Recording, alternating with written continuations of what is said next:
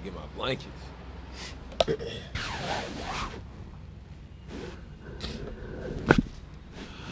Dang. Shoes up. 1 second, I gotta. Damn. Gotta get the blankets.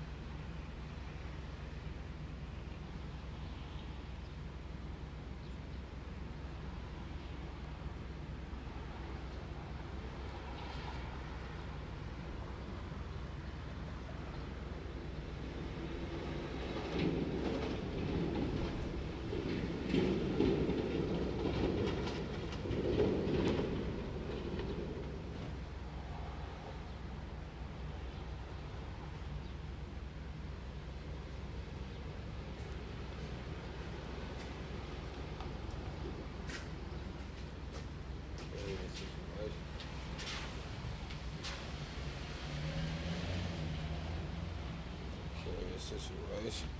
Right. Damn, I'm in such a precarious situation. Alright.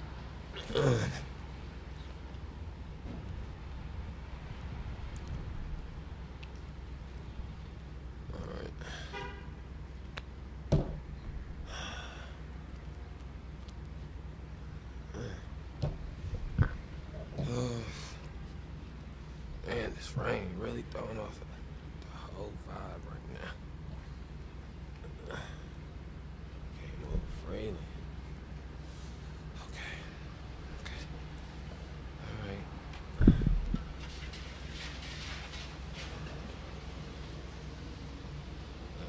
Hope that's not too crooked.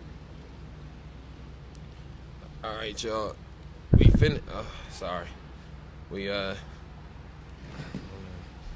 finished up reading. We finished reading A Peculiar Indifference. And so we are going to begin reading Caste again. We finished reading A Peculiar Indifference. However, the day is still not finished. And we also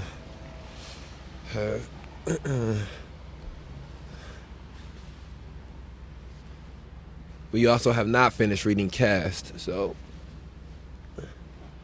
seems like it makes enough sense for us to return to Caste to try to finish Caste since we have finished A Peculiar Indifference. Let me just get situated here.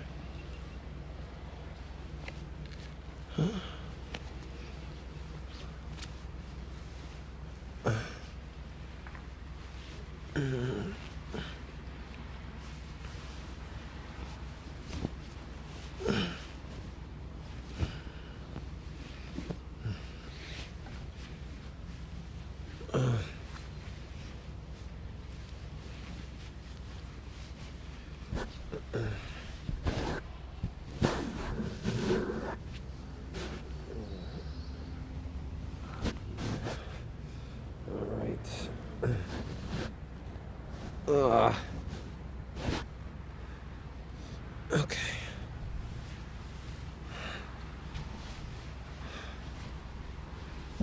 All right. We are on chapter 16. Excuse me. We are on chapter 16 of Caste. I'm going to share this live and pin it to the Facebook page. I would ask you to do the same. You can't pin it to your Facebook page, but you can share it. So please share this live. My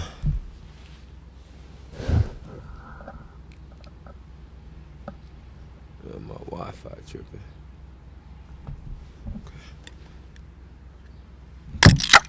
Oh damn, that shit sounded kind of cool. Hope that wasn't too loud in nobody's ear. Okay.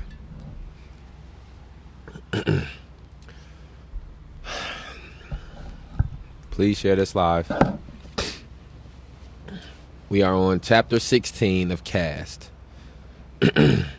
Last place anxiety, packed in the flooding basement. But this gonna be about Hurricane Katrina? I don't know why I'm assuming things.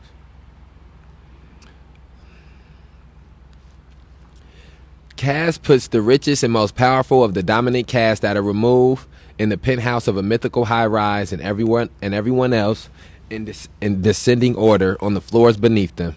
It consigns people in the subordinate caste to the basement amid the flaws in the foundation and the cracks in the stonework that it appears others choose not to see. It consigns people in the subordinate caste to the basement amid the flaws in the foundation and the cracks in the stonework that it appears others choose not to see. Okay. When those in the basement begin rising to the floors above them, surveillance begins. The whole building is threatened. Thus, Caste can pit the basement dwellers against themselves in a flooding basement, creating an illusion, a panic even, that their only competition is one another. It can lead those down under to absorb into their identities the conditions of their entrapment and to do whatever it takes to distinguish themselves as superior to others in their group, to be first among the lowest.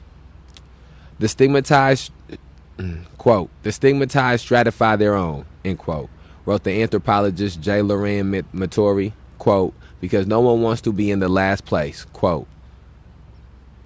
Over the generations, they learned to rank themselves by their proximity to the random traits associated with the dominant caste.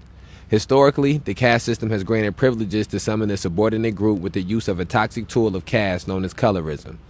Among marginalized Americans, the closer they have been to the dominant caste of skin color and in hair and facial features, the higher on the scale they have generally ranked. The woman in particular, and the more value attached to them by those whose appearance is further from the caste-driven ideal. This distortion in human value is especially insidious in America, owing to the historic means by which most African Americans acquired their range in color and facial features, the rape and sexual abuse of enslaved African women at the hands of their masters and of other men in the dominant caste over the centuries. With few other outlets for control and power, people on the bottom rung may put down others of their own caste to lift themselves up in the eyes of the dominant. They may feel more deeply wounded and deprived personally when someone of their shared lower rank rises or pushes past them when they are already when the already chosen move ahead.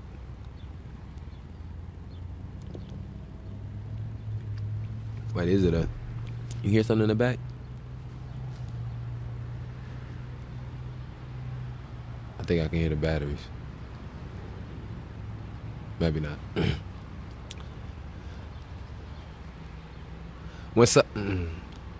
Conspicuously outperforming one's fellow is sometimes resented, as it makes people who are already feeling inferior feel even more inferior, Master Matori wrote.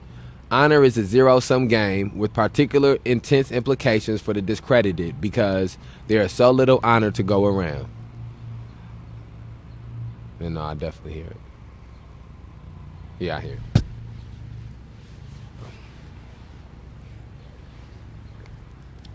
Ugh.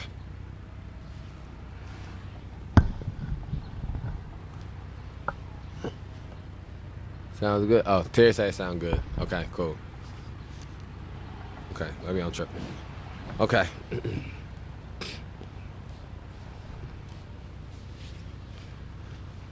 The caste system thrives on dissension and inequality, envy and false rivalries that build up in a world of perceived scarcity. As people elbow for position, the greatest tensions arise between those adjacent to one another, up and down on the ladder. In India, the uppermost caste have historically at times found themselves rubbing against one another. They even quarreled over such petty questions as to who should salute first, absorbed Bimrao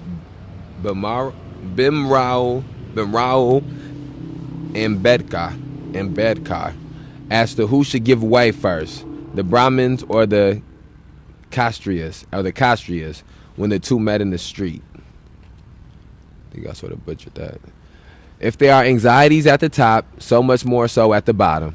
The caste system has historically rewarded snitches and sellouts among the lowest caste, as with the enforcers in the concentration camps of the Third Reich and the slave drivers on southern plantations. This was such a common device that, in America, there are several names for such a person. Among them, Uncle Tom, or HNIC, short for Head Negro in Charge. People in the lowest caste came to resent these stooges of the caste system as much, if not more, than they resented the dominant caste itself. Even as others in the lowest caste try to escape the basement, those left behind can tug at the ones trying to rise. Marginalized people across the world, including African Americans, call this phenomenon crabs in a barrel. Many of the slave rebellions or the later attempts at unionizing African American laborers in the South were thwarted because of this phenomenon. People subverting those.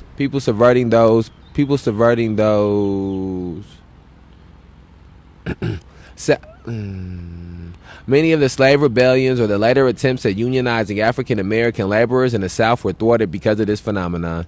People subverting those who tried to get out, the spies paid with an extra peck of privilege for forewarning the dominant caste of unrest. These behaviors unwittingly work to maintain the hierarchy that those betraying their brethren are seeking to escape. But this universal impulse may not always be caused by rank envy. A group already under siege may feel that, quote, the team just cannot afford losing any member, end quote, wrote Sadipa Sarenge, an Indian specialist in organizational management. Quote, if a certain member of the group starts climbing up by doing better in life, the sheer fear of that individual's exit pushes everyone to pull him down. Damn. Okay, I can hear that shit now. Wait a minute, hold on. And that's some hating shit.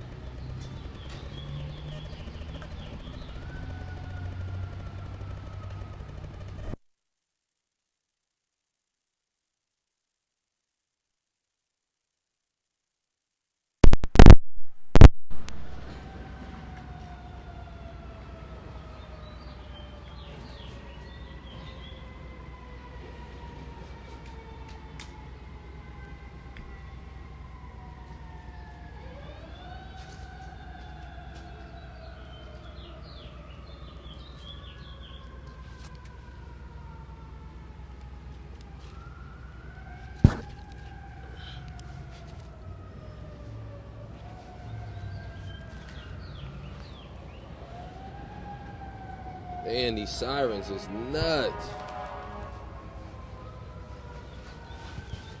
Sorry, y'all. I'm just gonna tuck my shirt in real quick to keep insulated.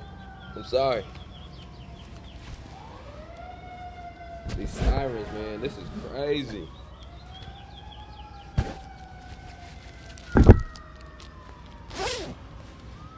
Man, the streets is hot right now.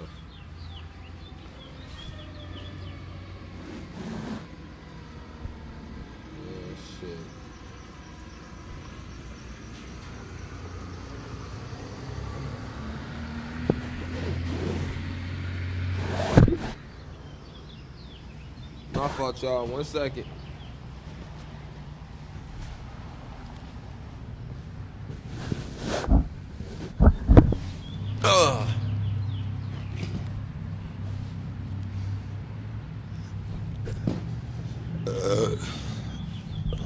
Excuse me. Oh, damn, my fault. Excuse me. Ooh.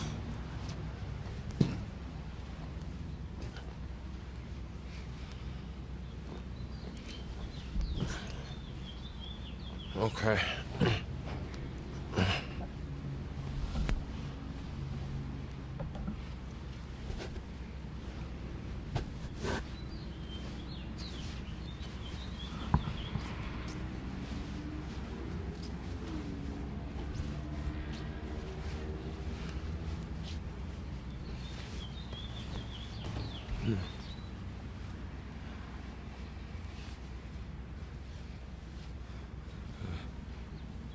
Okay.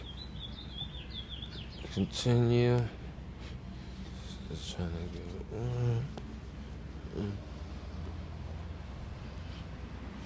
Okay.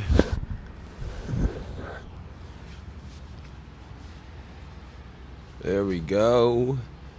There we go. There we go. All right. If you're watching this, please share this post. Please share this post. We are reading still. We finished A Peculiar Indifference. Okay, I need to pull these up so y'all can see the books. Hold on 1 second, y'all. We finished. Okay. Yeah. Okay, so today is day 10 of the ongoing teaching at Say Their Name Square. Day 10, book 10. We read A Peculiar Indifference, the neglected toll of violence on Black America. This book we completed today. We have multiple videos where we're reading this book and we're dissecting some of the things in this book. So please go back and read through those things. I read the last chapter in this book, and that primarily, how you doing? That primarily focused on solutions. So please go back and watch those videos. Those will give context for you for this book. However, hey, how you doing? Oh no, we just was under here because we reading these books in April, and we just trying to stay away from the rain. The rain make it hard to read the books. Okay. Yeah, no, but yeah, we still here. What'd you say? You gonna be here for a while? Oh yeah. How you doing? You doing all right? I'm being all right. I just wanted to make sure you was okay. I was like, I didn't see him there. No, yeah, we still good. Okay, sweetie, be safe, honey. I will. I appreciate it. Thanks for checking on me. No problem. Okay, so we did not finish Caste up, so we are now going back to finish up Caste. Hold on 1 second, y'all. We are going back to finish up Caste. All right, The Origins of Our Discontent by Isabel Wilkerson. This is the biggest book we have read thus far, or it has the most pages we have read thus far. And it also has probably the most words per page, I would think, based on the size of it. So we did not finish that yesterday. So we are going back now to finish it. This is week 2, our racial injustice week. I need to pin this post. I need to do 2 things. First, here we go. I need to pin this post.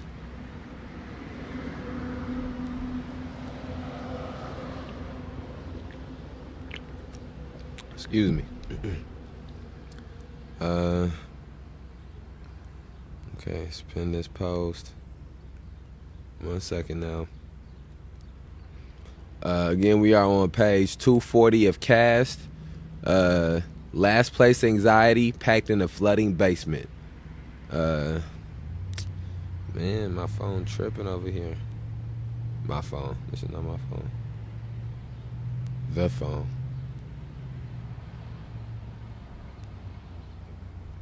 Oh man, come on, bruh. All I want to do is share the post. The Wi-Fi still? What is on? Come on, man. It's making it hard for me to do my job. Alright. It's on some Fugazi stuff. Fugazi. We're gonna go back to reading. Fugazi. Okay. Fugazi or Fugazi? Tomato.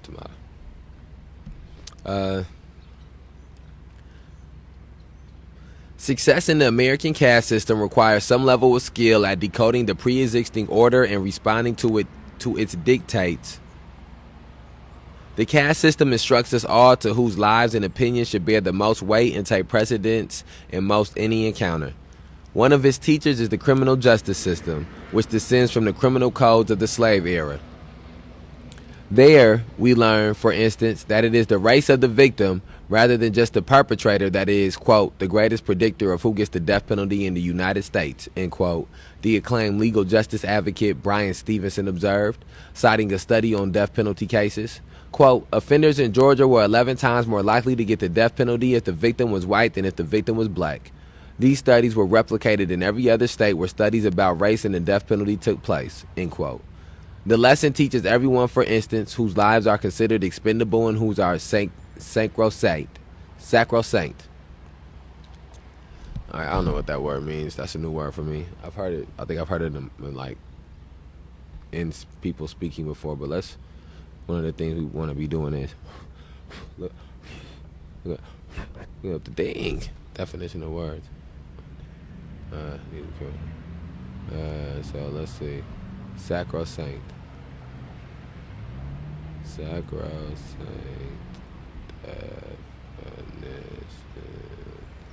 Okay, let's see. Looking at the definition for sacrosanct.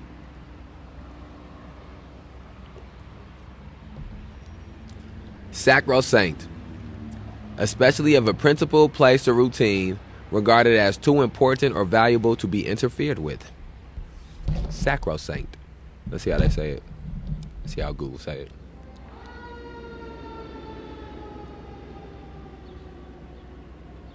Wait. Y'all didn't hear that.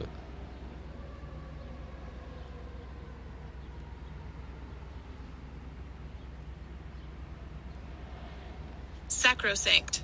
Sacrosanct. One more time. Sacrosanct. Okay. Sacrosanct. So we got the definition for that. We need to look up definitions when we don't know the words. Gotta build good habits.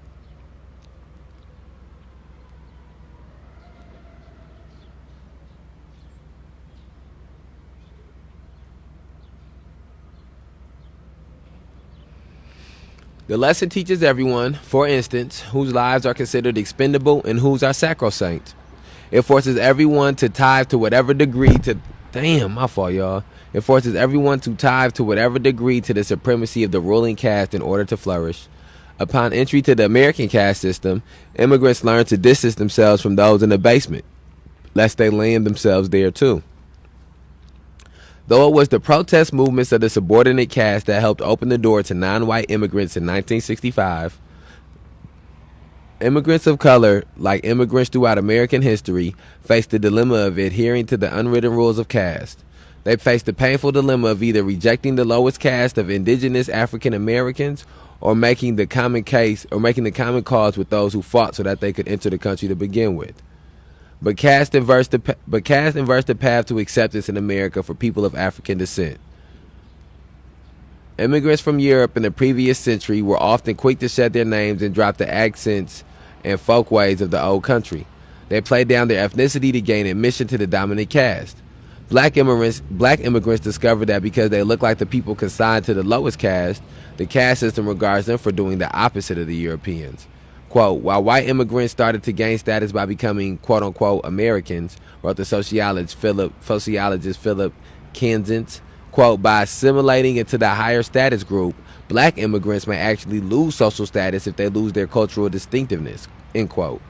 Many recent African immigrants are better educated, better traveled than many Americans, may be fluent in multiple languages, and do not wish to be demoted to the lowest caste in their adopted homeland. The caste system encourages black immigrants to do everything they can to build distance between themselves and the subordinated caste they may be taken for.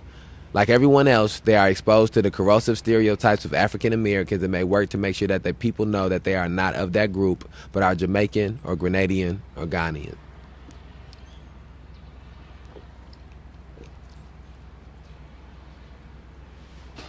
pulp. Yuck.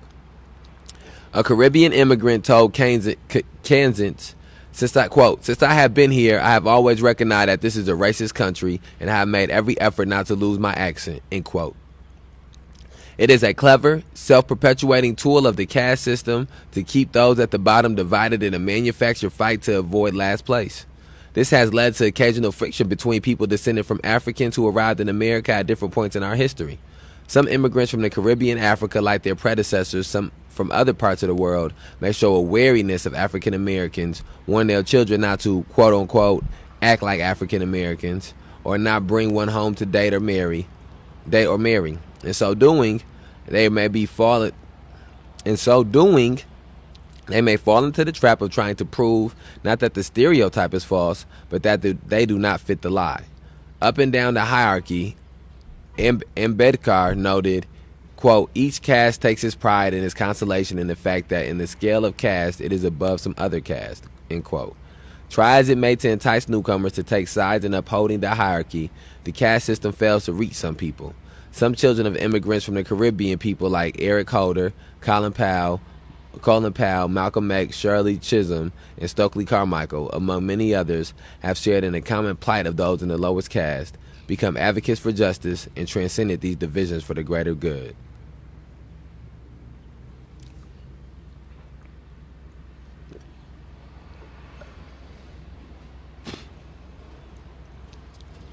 Caste helps explain the otherwise illogical phenomenon of African Americans or women or other marginalized people who manage to rise to authority only to reject or diminish their own.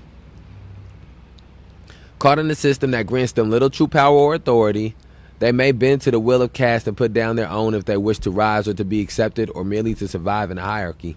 They learn that they may not be held accountable because of the low status of those that betray or neglect. Many cases of mistreatment of people in the lowest caste occur at the hands of those of their same caste, as in the case of Freddie Gray, who died of spinal injuries at the hands of police officers in Baltimore. Gray was handcuffed in the back of a police van but not secured with safety belts, according to court testimony. The van swerved and curved, knocking Gray around the cargo area, handcuffed and unable to keep himself from crashing into the interior walls of the van.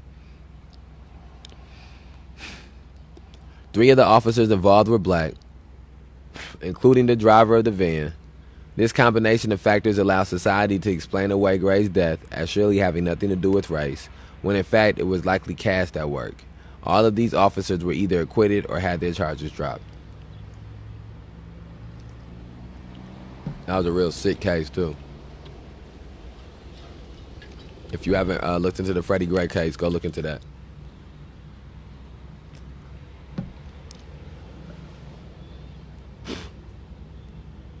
I'm sorry, y'all. This pulp disgusting, but the coconut juice so good.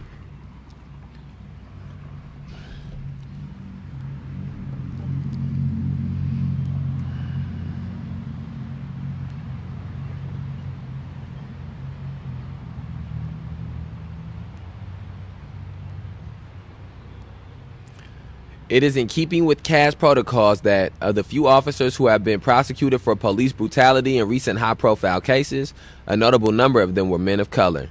A Japanese-American officer in Oklahoma, a Chinese-American officer in New York City, and a Muslim-American officer in Minneapolis. These are cases in which men of color pay the price for what upper caste men have often gotten away with. This phenomenon runs across levels of marginalization. The supervisor of the officers at the chokehold death of Eric Garner